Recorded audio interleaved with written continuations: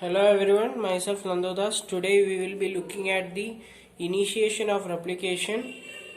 First we have the initial complex where the DNA A protein will come and bind to the 9-mer region. DNA A protein, which is a hexamer, has affinity for 9-mer region. 9-mer and 13-mer regions have been well explained in my session of prokaryotic and eukaryotic ori. Please check it out. And with the help of ATP and no enzyme, due to the stress here, when DNA A protein comes in and binds to the 9-mer region, a knot is formed, and due to the stress or strain created by the knot, this partial unwinding at 13-mer region occurs, and that complex, when the unwinding occurs at the 13-mer region, it is known as open complex. And the initial complex occurs when DNA A protein comes and binds to the 9-mer region. And after the partial unwinding occurs, the DNA B, which is the helicase of prokaryotes, is brought by DNA C, which is the helicase loader. DNA C will bring DNA B and load it into the two individual strands of the unwinded DNA section. When after the DNA B has been loaded, this complex is known as the repriming complex. Here we have a diagram of the replication fork. The unwinding is occurring in this direction. DNA C helicase, which is the helicase loader, will load the DNA B, which is the helicase for prokaryotes. This is DNA B. After the helicase unwinds the DNA a little bit, the entry of primase enzyme will occur.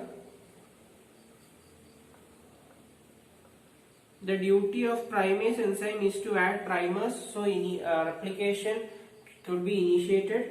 DNA B and primase enzyme is together known as primosome.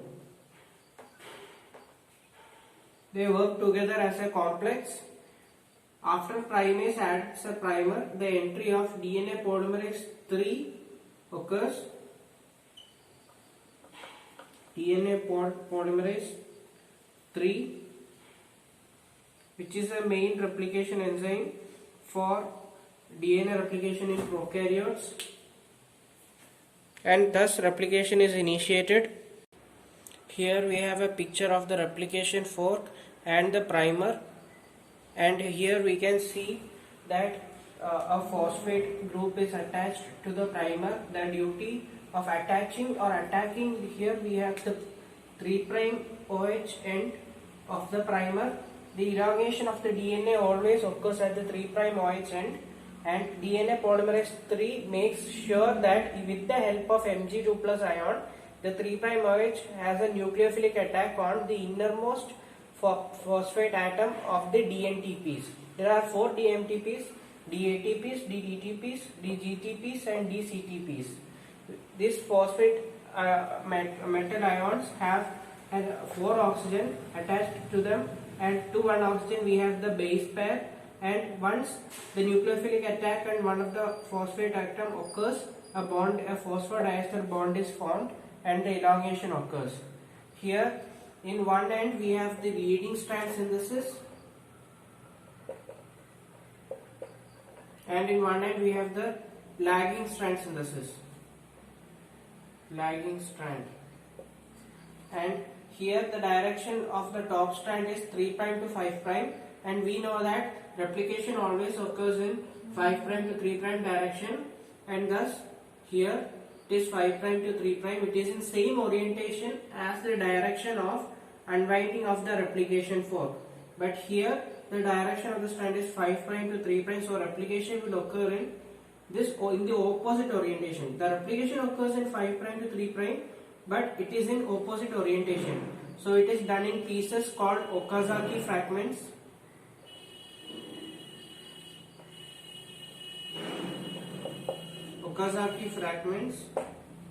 And once the Okazaki fragment is completed, the primer which was added by the primase enzyme will be removed by DNA pol 1, and the gap, here we have a gap after the primer has been removed, the gap will be sealed by DNA ligase.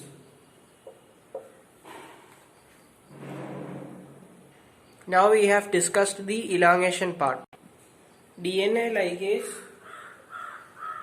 in prokaryotes require NAD plus or NMN as cofactors. In eukaryotes,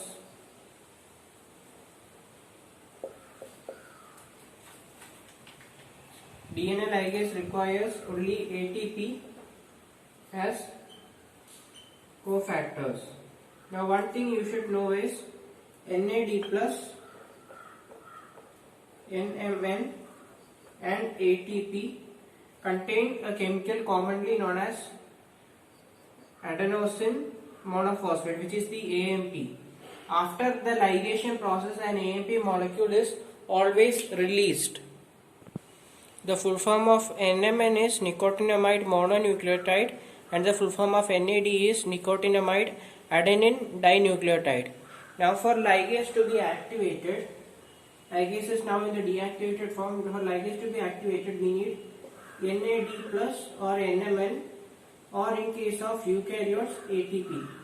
NAD plus, NMN or ATP will come in and the ligase would receive an AMP molecule or an adenine monophosphate molecule and it will get activated. This is how ligase is activated. In the first image, we have a nick, which is a gap in the 3' to 5' strand, and the ligase which is activated with AMP will enter here. It will arrive to this destination, and what ligase will do is the ligase will give the AMP molecule to the 5' phosphate end and the ligase will go away. The ligase will give the AMP molecule to the 5' phosphate and it will go away, and now what the 3' end does is, the 3' OH is very nucleophilic in nature. It will give a nucleophilic attack on the AMP molecule and remove the AMP molecule, and now the AMP molecule is gone. And in the end, the fourth image, after the instantaneous attack on AMP molecule, it will form a phosphodiester bond with the 5' end and thus ligation happens. In case of eukaryotes, there is no DNA polymerase with 5' to 3' exonuclease activity. So how will the primer be removed? There are actually two hypotheses proposed for primer removal. The first one is the RNase H model, and the second one is the flap model. Now let's take a look at each of these models in detail. Here we have the RNase H model. Here this is a primer, and these blue color are all primer ribonucleotides, and this black color dots are all DNA deoxyribonucleotides. Ribonucleotides and deoxyribonucleotides. Now this RNase H has will come in and it will cut these bonds from the end. It will remove these ribonucleotides by cutting the bonds in between them. See, these are ribonucleotides. What the RNase H does is it will cut the bond in between them and remove them. But when it reaches the end, the problem occurs when the last ribonucleotide, the bond between the last ribonucleotide and the bond between the first deoxyribonucleotide is a phosphodiester bond. It cannot break the bond between the last ribonucleotide and the first deoxyribonucleotide. And what happens is an enzyme called FEN1 or the flap endonuclease 1.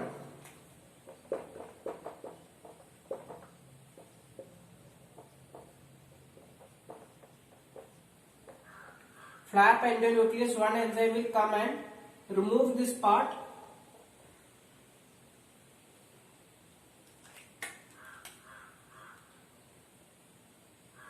It will remove the last ribonucleotide and go away, and the ligase will do the ligation process. This is the RNase H model. And now coming to the next model, which is the flap model.